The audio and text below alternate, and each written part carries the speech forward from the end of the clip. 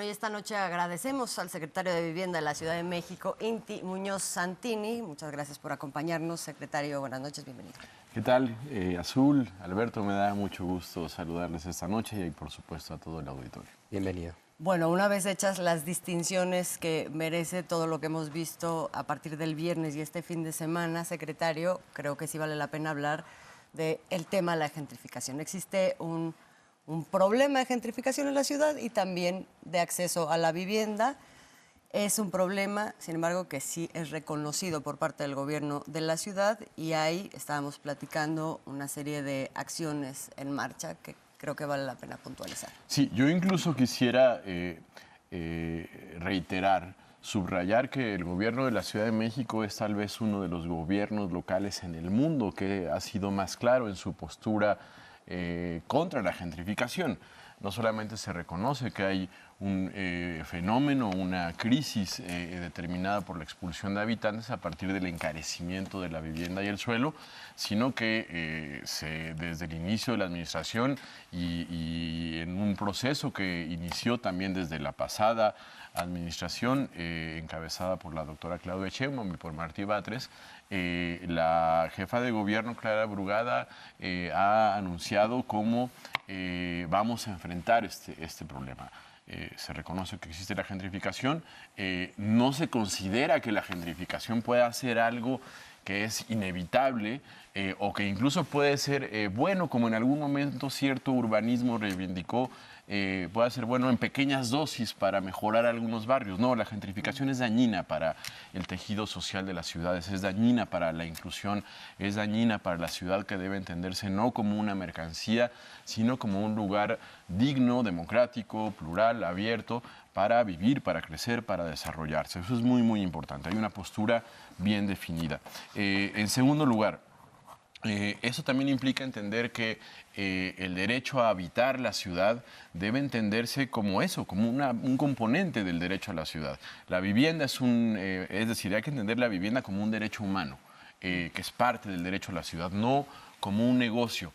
Hubo un momento en el sexenio 2012-2018 cuando la ciudad perdió su rumbo progresista en que sí se apostó porque el modelo basado en la inversión privada, es decir, en entender a la vivienda como un negocio, buscando que las leyes de la oferta y la demanda generaran la cantidad de viviendas suficientes para satisfacer las necesidades que tiene la gente para habitar en su ciudad, fuera un modelo que pudiera resolver el problema. Y sin embargo, lo que tuvimos como efecto fue encarecimiento del suelo, un proceso también de encarecimiento de la renta, imposibilidad para comprar una vivienda por parte de la mayoría de los habitantes y además esto vino aparejado del surgimiento de los procesos más graves, de los fenómenos más graves de corrupción inmobiliaria que conoció la ciudad.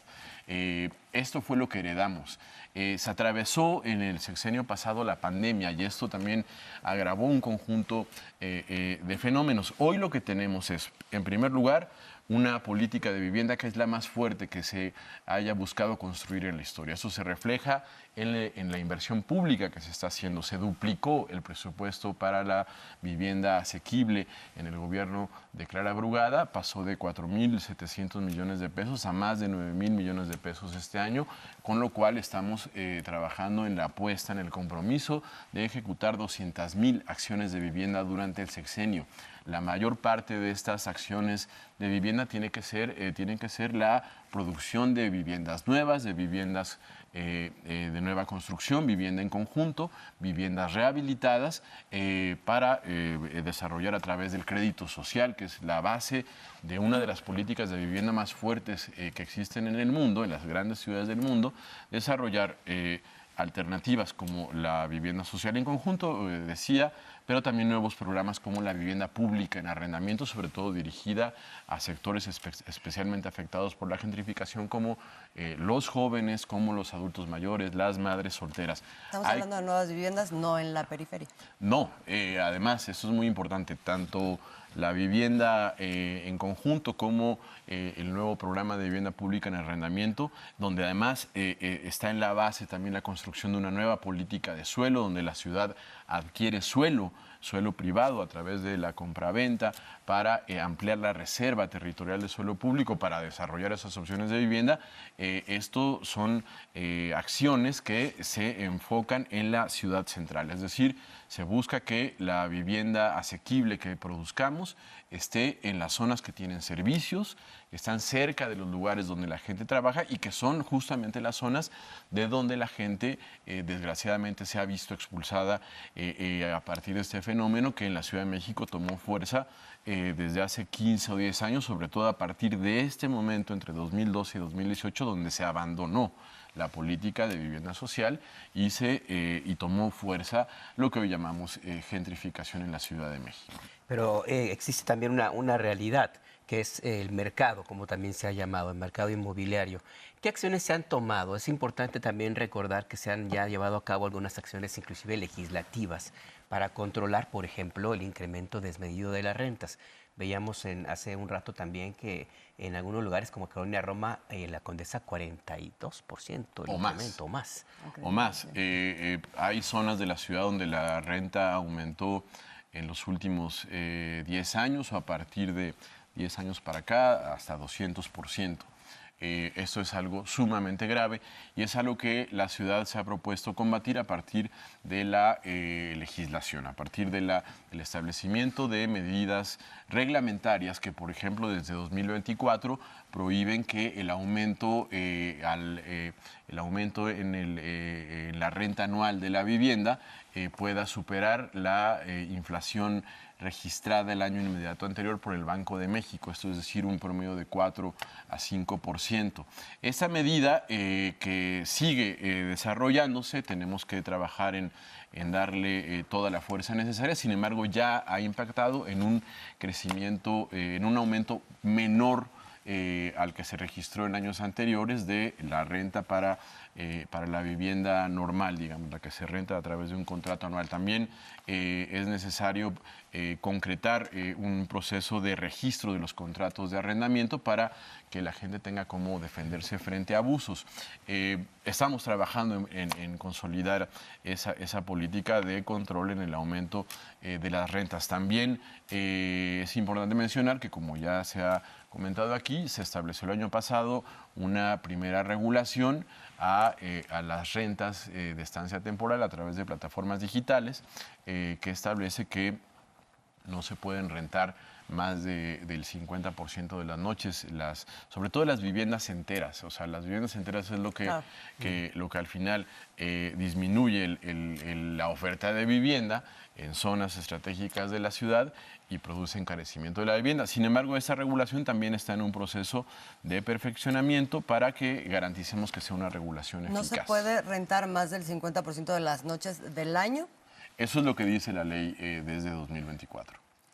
Y digamos, porque de lo que estábamos viendo es este comportamiento también como una suerte de monopolio que de alguna manera genera más capacidad de imponer ciertos precios y todo. Y por ejemplo, lo que veíamos es un solo dueño o, sí, una persona moral o física tiene muchos departamentos que pone a renta. Sí, la regulación debe dejar claro que, por ejemplo, rentar un edificio entero para a través de plataformas digitales es algo que es indebido, le hace daño al tejido urbano y al equilibrio territorial. Actualmente la regulación establece que no se pueden tener más de 3 departamentos en plataformas digitales, un solo propietario. Sin embargo, como he dicho, pronto se anunciarán un conjunto de medidas que garanticen que sea eficaz esta regulación. Hay un consenso muy claro en que se debe regular. Vamos a trabajar en detalles para que se construya el mayor consenso posible en torno a la regulación de la renta a través de plataformas digitales. Digamos que esto está pendiente todavía. Sí, y algo también muy importante que señaló la presidenta hoy, que señaló la jefa de gobierno desde el inicio de la administración, en el fondo también está, decía yo, el que tenemos que dejar de ver a la ciudad como una mercancía. Es decir, la ciudad la tenemos que entender siempre como ese espacio democrático, incluyente, en el que todas y todos debemos tener un lugar, derecho a habitar en el lugar en el que nacimos. Por supuesto, además, teniendo en cuenta que la ciudad es una ciudad, sobre todo a propósito de las expresiones xenofóbicas que se registraron el viernes, lamentablemente, es una ciudad que se ha hecho de migraciones, es una ciudad refugio, es una ciudad que se entiende a sí misma como una ciudad plural. Es una ciudad de libertades, es una ciudad donde, por ejemplo, el derecho a la libre manifestación está ahí, por lo tanto tampoco son aceptables las manifestaciones de violencia. La especulación inmobiliaria que vino de la mano de este fenómeno de mercantilización de la política de vivienda o de los procesos de desarrollo inmobiliario es algo que hemos trabajado para abatir, teniendo en cuenta que la inversión privada en vivienda es importante, sin embargo, tiene que ser como nunca inversión en vivienda asequible, como lo establece la ley. La ciudad está produciendo vivienda pública para arrendamiento, vivienda social como nunca. Este año esperamos haber entregado al final de 2025 alrededor de 10,000 viviendas asequibles a través del crédito social, las primeras viviendas en arrendamiento público. Esperamos llegar a una capacidad de producción de 20,000 viviendas públicas asequibles y creemos que también el capital privado debe jugar un papel de colaboración con esta apuesta de la ciudad por ser una ciudad incluyente, produciendo vivienda asequible en los términos de la ley. La ley establece qué es la vivienda asequible, lo define en unidades de medida y es vivienda que no supere alrededor del 1.900.000 pesos, que de por sí ya es algo alto, pero que no sea la sobreoferta de vivienda cara que nadie puede comprar. Claro. Hoy, desgraciadamente, tenemos que también afrontar el fenómeno donde una buena cantidad de las personas no tienen acceso al crédito privado para vivienda y tampoco alcanza una parte del crédito de las instituciones nacionales de vivienda. Estamos trabajando con el gobierno federal, con SEDATU, con Infonavit, con Fobiste, en construir una solución integral, pero además también está ahí para las personas que más lo necesitan. Me refiero a los sectores más vulnerables de la población, aquellos que están en riesgo de ser, de tener que vivir cada vez más lejos de la zona central de la ciudad, en lugares cada vez más alejados de la periferia. Está la política de crédito social para vivienda más fuerte del continente americano y una política más histórica que está en el cimiento de la ciudad democrática y que permite que las personas que ganan entre 1 y 3 salarios mínimos accedan a crédito para ser propietarios de una vivienda. Es un abanico de políticas públicas que se llevará a fondo. Pronto la jefa de gobierno hará un conjunto de anuncios que buscamos consoliden y también generen un acuerdo muy amplio en torno a cómo dar esta batalla por la ciudad incluyente, por la vivienda asequible, por la ciudad habitable, por el equilibrio en los barrios, en las zonas tradicionalmente habitadas de la ciudad y que no se den estos fenómenos de gentrificación que sí son evitables cuando hay voluntad política, cuando hay una política pública fuerte y cuando hay una ciudad democrática que respalda la idea. Pues, secretario Inti Muñoz, muchas gracias por este tiempo, estos minutos en Punto de Referencia. Gracias a y ustedes. estaremos esperando esos anuncios, Alberto, si nos lo Azul. permite, para volverlos a explicar aquí. Pues Por supuesto que sí. Muchísimas gracias a ustedes. Pues ahí está, ya nos estábamos despidiendo, secretario, y nos tocó ver este otro episodio del fin de semana que se viralizó y también tuvo ahí comentarios que valía la pena hacer también la distinción. Aquí no estamos hablando específicamente de extranjeros, el tema de la discriminación es lo que hay que centrar. Sí, por supuesto. Insistir en que somos una ciudad de puertas abiertas para todas las personas que busquen vivir en ella. Es una ciudad que, por ejemplo, recibe a los migrantes que vienen de países más pobres, las migraciones económicas obligadas, pero también es una ciudad que, como decíamos hace rato, se ha hecho de migraciones de todo tipo. Es una ciudad multicultural.